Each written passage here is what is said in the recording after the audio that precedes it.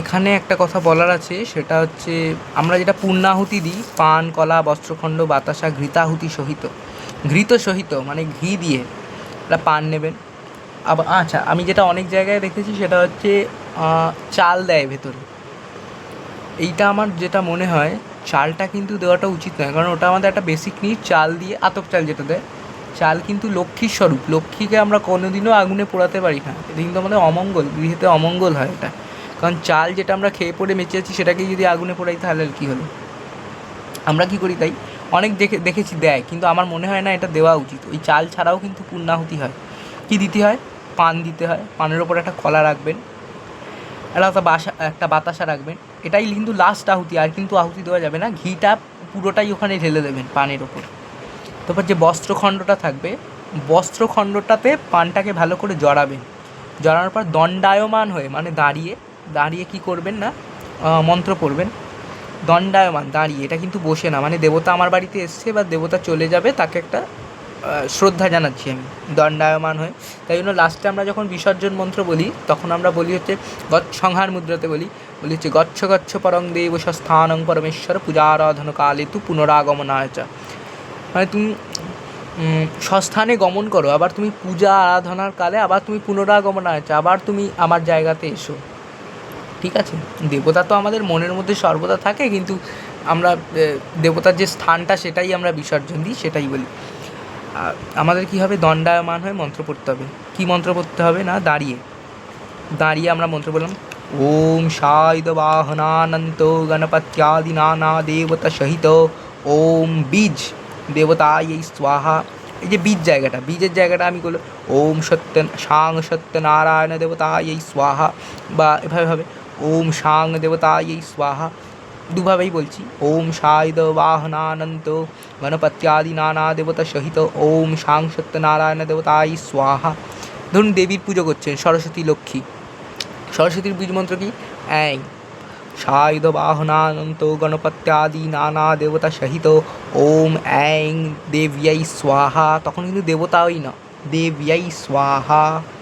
তত্ত্বমুদ্রা না, মানে 5 আঙুলে আমরা তো করন্যাস করে নেবো, তার আগে পুজোর সময় দিই। এই 5 আঙুলে ওম সাং সিং সুং সেই সৌং সাহা, এই মন্ত্রতে আমরা করন্যাস করবো। এটা কিন্তু এখন নয়, এটা কিন্তু পুজোর সময়তেই আমরা করে নেব। ওটা আমি পরে ভিডিও করবো। করন্যাস, অঙ্গন্যাস, মাতৃকান্যাস, বাচ্চা মাতৃকান্যাস, সংহার মাতৃকান্যাস সব আছে। হ্যাঁ, এই যেটা আমাদের থাকবে পূর্ণাহুতির যে জিনিসটা, পান, বস্ত্রখণ্ড, কলা, বাতাসা, ঘৃতাহুতি নিয়ে জড়িয়ে ধরবো, ধরে মন্ত্র পড়বো। ওম 3 বার ঘোরাবো। ওম সায়ুধ বাহনানন্ত গণপত্যাদি নানা দেবতা সহিত ওম সাং সত্যনারায়ণ দেবতায় স্বাহা। স্বাহা বলে পট করে এরমভাবে ছেড়ে দিলাম, ওটা কিন্তু হবে না। রেসপেক্টফুলি মানে ছাড়তে হবে। স্বাহা বলে আস্তে আস্তে ছেড়ে দিলাম, ঠিক আছে, আগুনের মধ্যে। এবার ওটা জ্বলবে, পুরো ঘিটা ঢেলে দিতে হবে ওটার মধ্যেই, পুরোটা জ্বলে গেল। তারপরে আমাদের মন্ত্র করতে হবে দণ্ডায়মান হয়ে ঈশান কোণে। ঈশান কোণ মানে এইটা, ঈশান কোণে একটু জল ঢেলে দিলাম। জল বেদির কিন্তু ঈশান কোণ, আপনাদের ঈশান কোণ যদি অন্য জায়গায় হয় জানি না, আমি জেনারেলি যেটা হয় নর্থ সাউথ ওয়েস্ট ইস্ট ওটাই দেখালাম। East West, north south east West ওটাই। এটা হচ্ছে ঈশান কোণ আমাদের, মানে নর্থ ইস্টকেই আমরা বলি হচ্ছে ঈশান কোণ জিনিসটা। এবার ঈশান কোণে একটুখানি জল ঢাললাম, এই যে জল ঢাললাম, জল ঢেলে এবার মন্ত্র বলবো। ওম অগ্নে ত্বং সমুদ্র গচ্ছ, মানে অগ্নিদেব তুমি এবার সমুদ্রতে গচ্ছ, তুমি এবার নিভে যাও, অগ্নে ত্বং সমুদ্র গচ্ছ। তারপর মানে দুধ রেডি রাখবেন, দুগ্ধ যেটাকে বলি, দুগ্ধটা এবার দণ্ডায়মান হয়ে ঢালতে ঢালতে মন্ত্র পড়বো। কী মন্ত্র না, ওম পৃথ্বী ত্বং শীতলা ভব, ওম পৃথ্বী, আস্তে আস্তে, ওম পৃথ্বী ত্বং শীতলা ভব, ওম পৃথ্বী ত্বং শীতলা ভব, ওম পৃথ্বী ত্বং শীতলা ভব। এই মন্ত্রটা বলে কিন্তু পুরো যজ্ঞের আগুনটা নিভিয়ে ফেলতে হবে। আর জ্বলা হয়ে বসে আছে নিজেই নিভে যাবে, সেটা কিন্তু করলে হবে না, পুরোটা। তাই জন্য আস্তে আস্তে ফেলতে হবে, যাতে আস্তে আস্তে যজ্ঞের আগুনটা পুরো নিভে যায়, ঠিক আছে। তারপরে আমাদের কি করতে হবে না, ঈশান কোণ থেকে একটু ভস্য নিয়ে, ওটা দেবতার আশীর্বাদ স্বরূপ, একটু ভস্য নিয়ে যারা যারা ওখানে প্রেজেন্ট আছেন তাদের কপালে একটা করে তিলক পরিয়ে দিতে হবে। যারা যারা উপস্থিত ব্যক্তিজনকে কপালে এরমভাবে তিলক পরিয়ে দিতে হবে।